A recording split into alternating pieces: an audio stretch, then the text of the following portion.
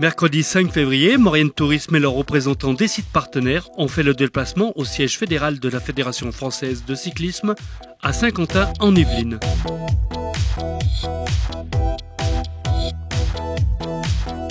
Pour le président de Maurienne Tourisme, c'est un jour pas comme les autres.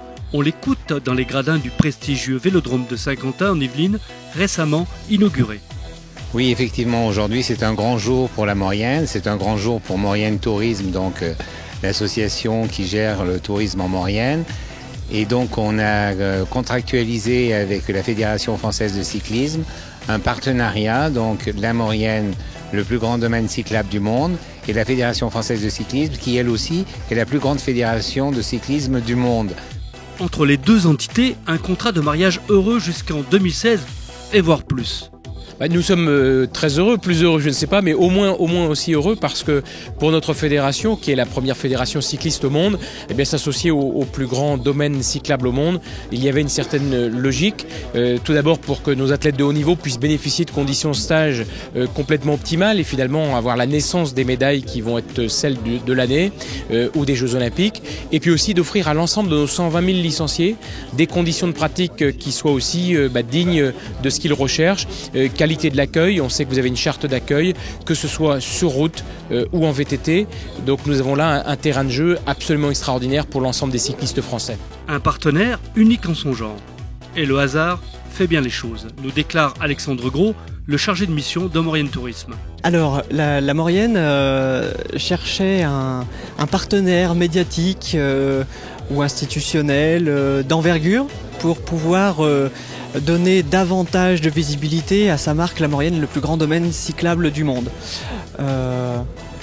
En passant quelques coups de fil, j'ai effectivement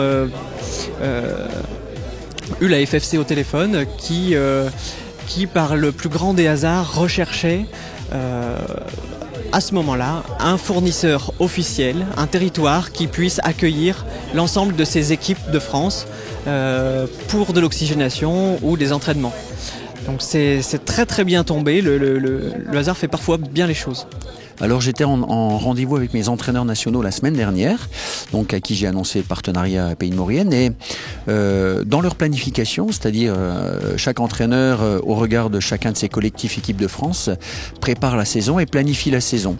Ils vont donc intégrer dans leur planification un ou deux stages au regard un petit peu des profils qui vont leur correspondre par rapport aux compétitions de cette année, pour qu'ils puissent venir d'ores et déjà dès le printemps venir rouler sur les belles pistes du domaine cyclable. Il est évident que ce partenariat correspond à l'ensemble des disciplines selon ce qu'on veut viser. Évidemment, beaucoup plus adapté aux routiers par rapport à des préparations de compétition.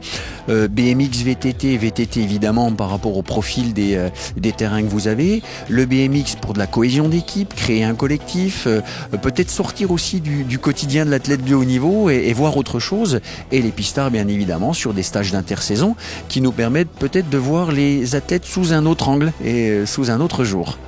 C'est vrai que je pense que c'est l'une des meilleures régions pour travailler dans la France, donc c'est sûr qu'avec ce dénivelé-là, il y a moyen qu'on travaille bien et puis qu'on soit encore plus fort à la sortie de ces stages.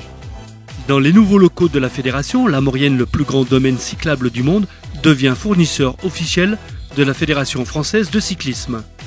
Alors j'ai déjà gravi certains cols mauriennais, notamment le Galibier, voilà, j'ai monté le Galibier, qui n'est pas à 2645 mètres, qui n'est pas le moindre des cols, et bon, voilà là des cols qui sont particulièrement difficiles et qui font partie de la légende de notre sport.